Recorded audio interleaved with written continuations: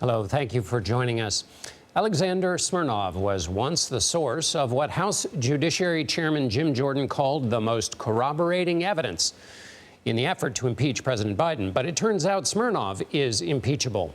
Lying to law enforcement and fabricating evidence is what the Department of Justice called it in an indictment of Smirnov, who DOJ says, quote, admitted that officials associated with Russian intelligence were involved in passing a story that, quote, targeted the presumptive nominee of one of the two major political parties in the United States.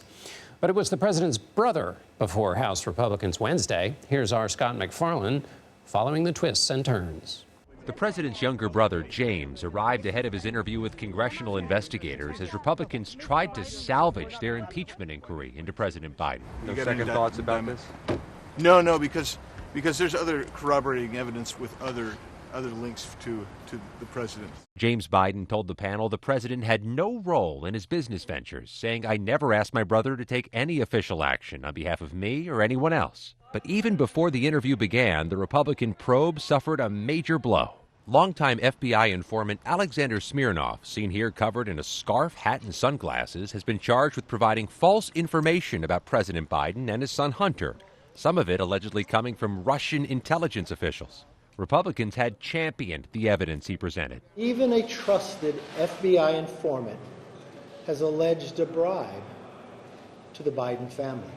That claim from Smirnov that Hunter Biden and his father sought from Burisma, a Ukrainian energy firm, $5 million in bribes. Prosecutors now say it was a lie.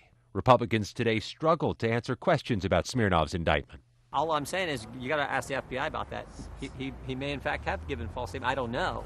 Prosecutors argue Smirnov, a dual U.S.-Israeli citizen with more than $6 million in his bank account, is a flight risk who's actively peddling new lies that could impact the election, given that he had contact with Russian intelligence officials this past November. Democrats say the Republicans' impeachment probe is forever tarnished. Any further investigation of this impeachment inquiry is now a witting accomplice to Russian intelligence. And Scott MacFarlane joins me now. Scott, put this witness in context of the larger hurdles that the impeachment process is up against with respect to trying to find evidence to impeach the sitting president for high crimes and misdemeanors.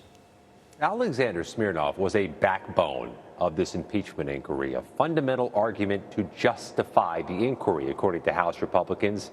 Now he is at risk of collapsing the whole inquiry because it's not just Democrats who say his story is false. It's a special counsel in the Department of Justice who say he's telling false tales.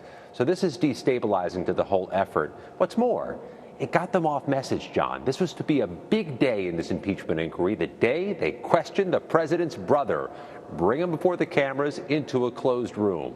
Instead, outside the interview, they were talking about not James Biden, but Alexander Smirnov. They are now losing focus or their center of gravity as time continues to run.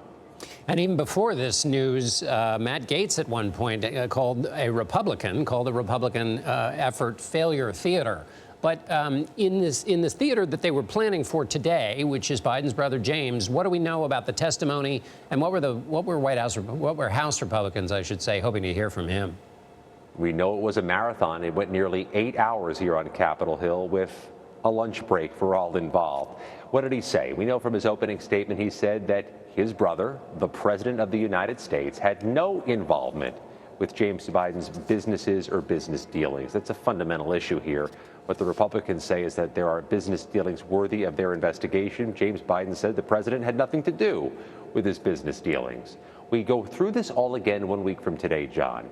Hunter Biden sits for a closed-door interview with the same congressional investigators. We will see if they can retain or regather the focus on Hunter Biden and not on Alexander Smirnov, who clearly today, John, was, put it charitably, a distraction for House Republicans. Scott MacFarlane on Capitol Hill. Thank you, Scott.